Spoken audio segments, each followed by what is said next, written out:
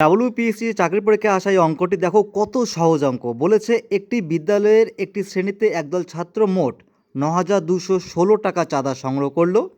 ওই শ্রেণীতে যতজন ছাত্র প্রত্যেকে তত সংখ্যক চাঁদা দিল, ওই শ্রেণীর ছাত্র সংখ্যা কত তা নির্ণয় করতে হবে আমাদের। Option A ৬৬, B ৪৮, C ৯৬, D ৩৬। এতক্ষণে বুঝে গেছো অঙ্কটি কী করতে হবে? আসলে কিছুই না, যেহেতু বলেছে যতজন ছাত্র প্রত্যেকে তত সংখ্যক চাঁদা দিল, তারপর এত টাকা উঠেছে, তার মানে কি এই যে সংখ্যাটা ৯,২১৬, এটার আমাদের করতে হবে কি বর্গমূল বের করতে হবে। তাহলে দেখো ৯,২১৬ এটার বর্গমূল করার নিয়ম কি? যেহেতু সংখ্যা চারটা, তাহলে এটা একটা জোড়া, এটা একটা জোড়া, আর বর্গমূলের নিয়ম হচ্ছে প্রথমে একটা জোড়াকে বাদ দিতে হবে। তাহলে প্রথমে ডিরেক্ট বাদ দিতে হবে ৯২কে। তাহলে ৯২কে বাদ দিলে সর্বোচ্চ যাবে ৯, ৯ লং কত ৮১, ৮১ থেকে এবার পড়ে থাকলো কত, এখানে নামবে ১১, আর এই পরের জোড়াটি একসাথে নেমে যাবে ১৬। এবার দেখো ৯-এর ডাবল কত এখানে বসবে ১৮। এবার এই ৬ সংখ্যাটিকে আমাদের মেলাতে হবে।